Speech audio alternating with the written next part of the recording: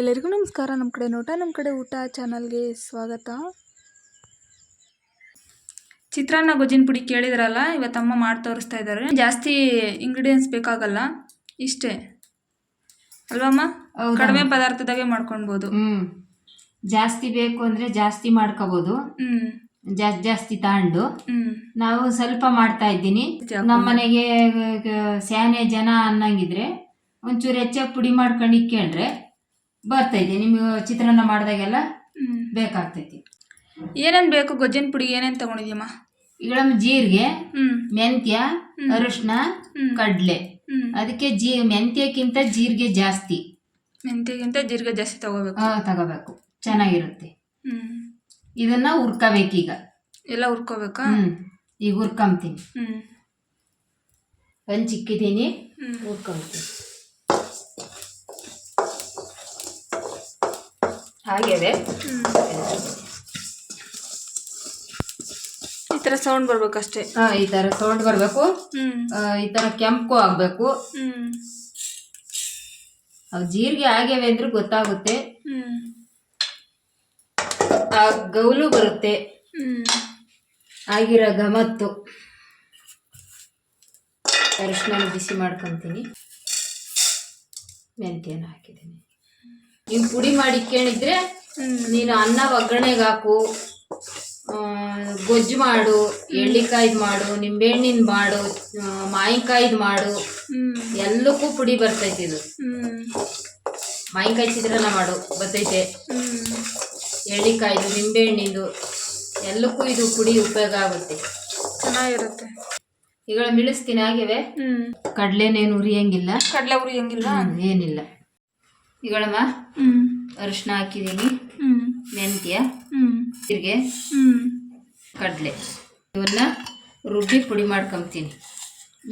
ಮಿಕ್ಸಿಗಾದ್ರೂ ಹಾಕ್ಯಬಹುದು, ನಾನು ರುಬ್ಬಿ ಪುಡಿ ಮಾಡ್ತೀನಿ. ಇಲ್ಲ ಅಂದ್ರೆ ರಾಯಿ ಕಲ್ಲಿದ್ರೆ ರಾಯಿ ಕಲ್ಲಾಗಾದ್ರೂ ಸ್ಯಾನೆ ಪುಡಿ ಮಾಡ್ತೀವಿ ಅಂದ್ರೆ ಬೀಸ್ಕೋಬಹುದು.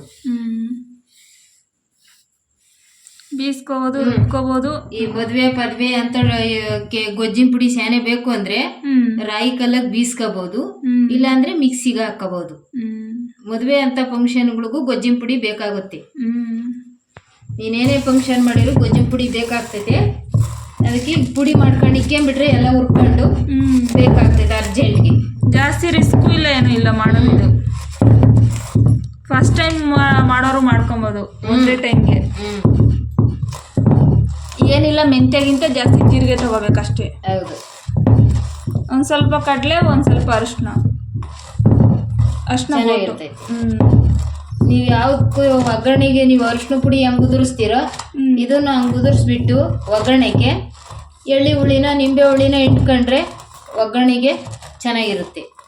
ಹುಣಸೆ ಹಣ್ಣು ಕಲಸ್ಕೊಂಡು ಈ ಥರ ಪುಡಿ ಹಾಕ್ಕೊಂಡು ಚಿತ್ರಾನ್ನ ಗೊಜ್ಜು ಮಾಡ್ಕೋಬೋದು, ಚೆನ್ನಾಗಿರ್ತೈತಿ.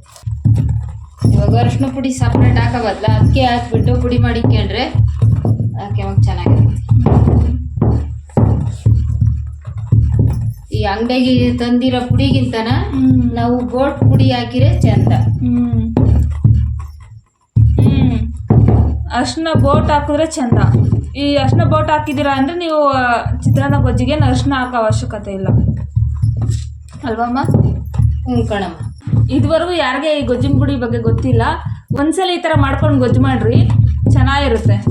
ಮೊದಲು ಕಲ್ಲಾಗ ಬೀಸ್ಕೊಂಬರು ಇಂಥ ಪುಡಿ ಮಾಡಬೇಕು ಅಂದರೆ, ರಾಯಿ ಕಲ್ಲಾಗಿ ಏನೋ ಕೆಲಸ ಕಾರ್ಯ ಮಾಡಬೇಕು ಅಂದರೆ ಜಾಸ್ತಿ ಪುಡಿ ಬೇಕಾಗ್ತೈತಲ್ಲ, ಅವಾಗ ಕಲ್ಲಿಗಾಗಿ ಬೀಸ್ಕೊಂಬರು. ಈ ಮದುವೆ ಪದ್ವೆ ಫಂಕ್ಷನ್, ಸಣ್ಣ ಪುಟ್ಟ ಫಂಕ್ಷನ್ಗಳಿಗೆ ಗೊಜ್ಜಿನ ಪುಡಿ ಬೇಕಾಗೋದಲ್ಲ, ಅವಾಗ ಒಂದು ಪಾವು ಅಚ್ಚರು ಬೇಕಾಗುತ್ತೆ. ಜನ ಎಲ್ಲ ಇರ್ತಾರಲ್ಲ, ಚಿತ್ರಾನ್ನ ಮಾಡ್ಬೇಕಂದ್ರೂ ಬೇಕಾಗ್ತೈತಿ ಅಂತ ಜಾಸ್ತಿ ಮಾಡ್ಕೊಂಡಿಕ್ಕೆವರು. ಅವಾಗೆಲ್ಲ ಮನೆಗೆ ಮಾಡ್ಕೊಂಬರು ಹೋಮ್ ಮೇಡು. ಇವಾಗೆಲ್ಲ ಅಂಗಡಿಯಲ್ಲಿ, ಎಲ್ಲನೂ ಅಂಗಡಿಲಿ ಕೇಳ್ತಾರೆ. ಅವಾಗೆಲ್ಲ ಮನೇಲೆ ಅಂಗಡಿಗೆ ಅದು ಕೆಡ್ದಂಗೆ ಕೆಮಿಕಲ್ ಹಾಕಿ ಸಾಂಬಾರ್ ಪುಡಿ, ಖಾರದ ಪುಡಿ ಎಲ್ಲ ಅಂಗಡಿಲಿ. ಅವೆಲ್ಲ ಮನೆಯಲ್ಲೇ, ಅದು ಒಣಕೆಲೆಲ್ಲ ಕುಟ್ಟಿ ಮಾಡ್ಕೊಳ್ಳೋರು. ಒಣಕೆ ಕುಟ್ಟಿ ಇಕ್ಕೆಮರು. ಕಲ್ಲಾಗ ಬೀಸಾರು ಒಣಕೆಗೆ ಆದ್ರೂ ಕುಟ್ಟಿ ಇಕ್ಕೆಮರು.